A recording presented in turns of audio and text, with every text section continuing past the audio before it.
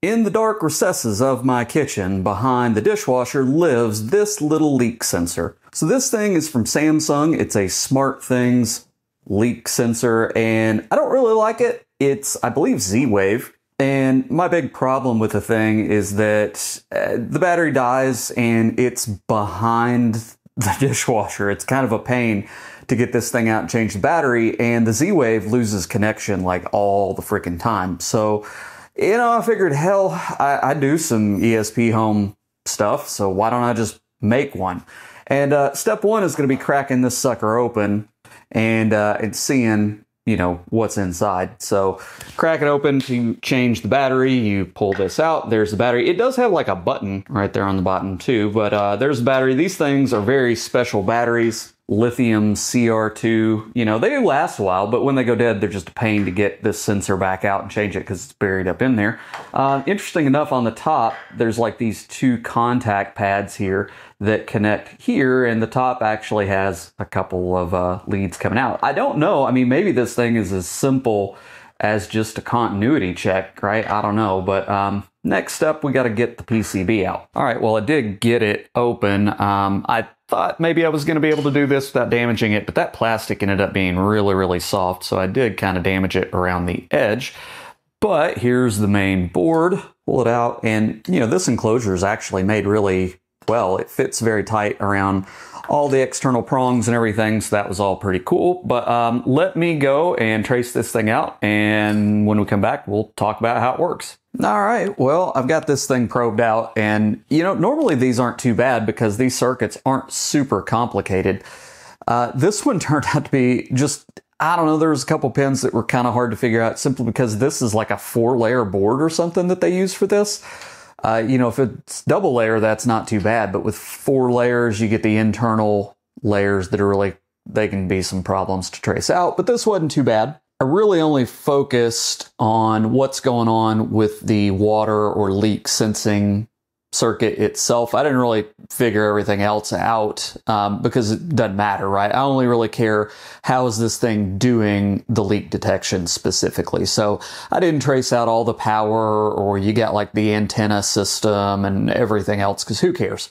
But these 2 pins on the bottom, the one on the right here goes through a 100K resistor to ground. And so the other side is where everything is really going on. So the other side goes through 2 transistors back up to the microcontroller, and it's a PNP and an NPN stacked on top of each other.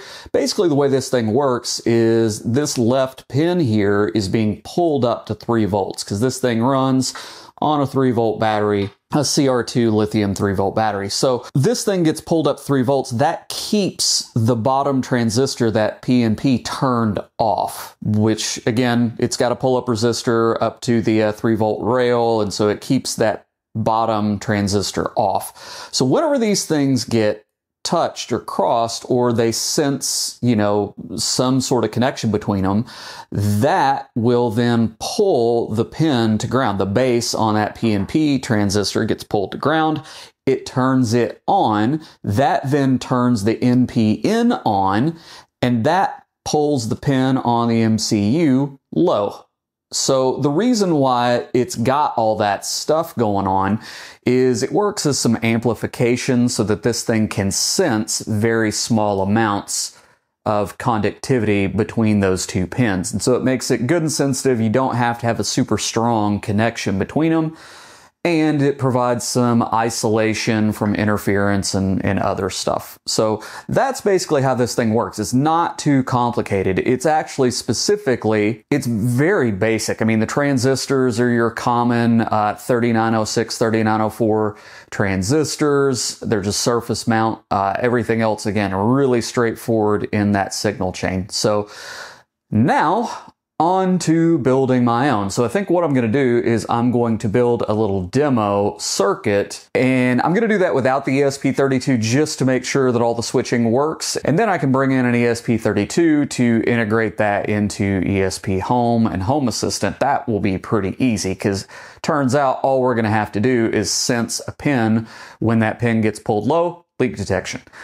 So the real thing is I got to make sure that this will work. It should all be the same. The resistor values and everything should work on a 3.3 volt system, because again, it's running on 3 volt and that difference won't amount to nothing. So let me put together a little circuit and then we can test. All right, so let's do a little circuit demo. So what I've got is I've got my multimeter here and it's connected to this yellow wire, which this is going to be the sense wire. The other side is connected to ground. And so right now you see that it's open. So what's supposed to happen is whenever this thing detects a leak, it should provide a path to ground, right? All right, so let me turn the power on. So I've got 3.3 volts here. So now the circuit is active and you can see this thing is registering as an open line. And when I touch it to my skin, you'll see about 720 ohms. So it's reading a path to ground through these transistors. So it is very interesting. My fingers are maybe, they're not really wet, but it doesn't take much resistance to trigger that thing to open up. So it's a very sensitive circuit without maybe being too sensitive. Let me see on the wood table here.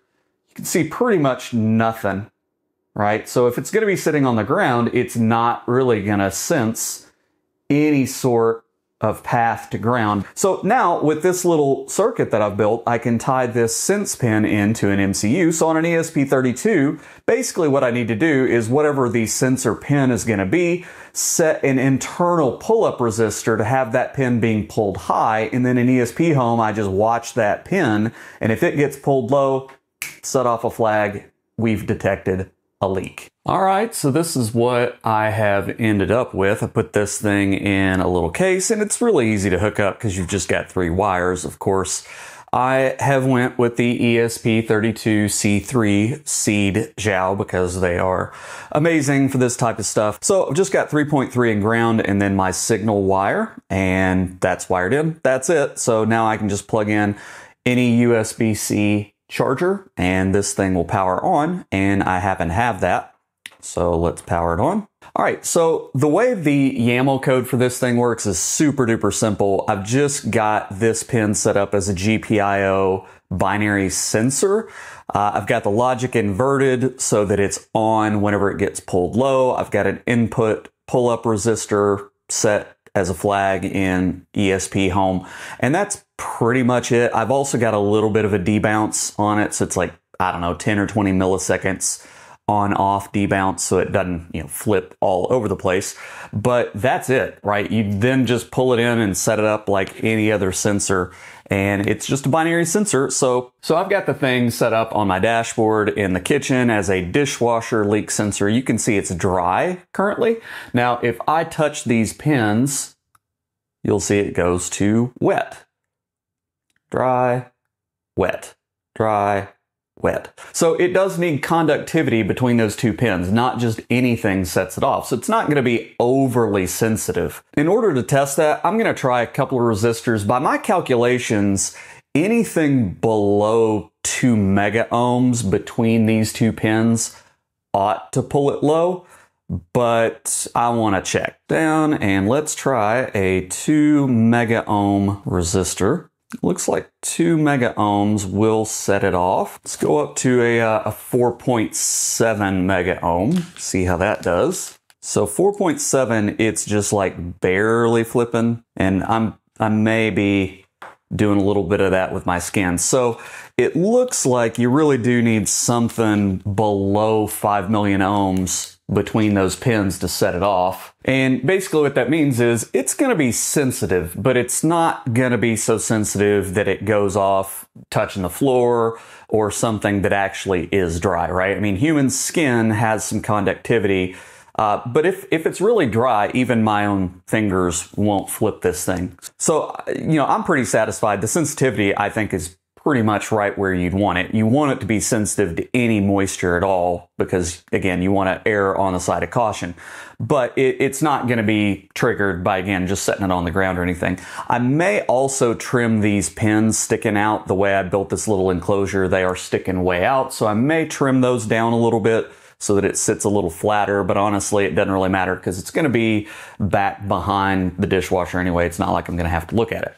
All right, so that's going to wrap up this video. It's a really simple, easy little project, and it's very useful because leak detection, it's important.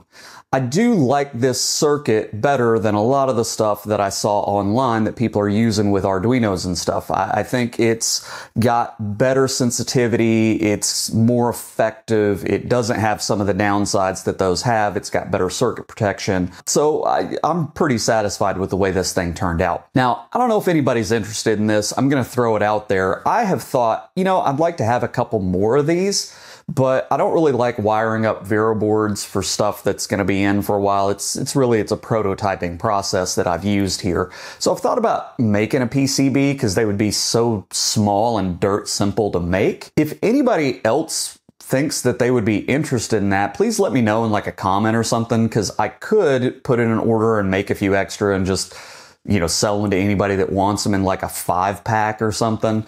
I'd try not to gouge on it. I'm not really necessarily looking to do that as a business because I don't think demand would be that high, but I do know that finding, you know, PCBs for specific projects can be kind of a pain. And if you're not really into hand soldering up a Vero board project, maybe that would be beneficial to you. So let me know down below.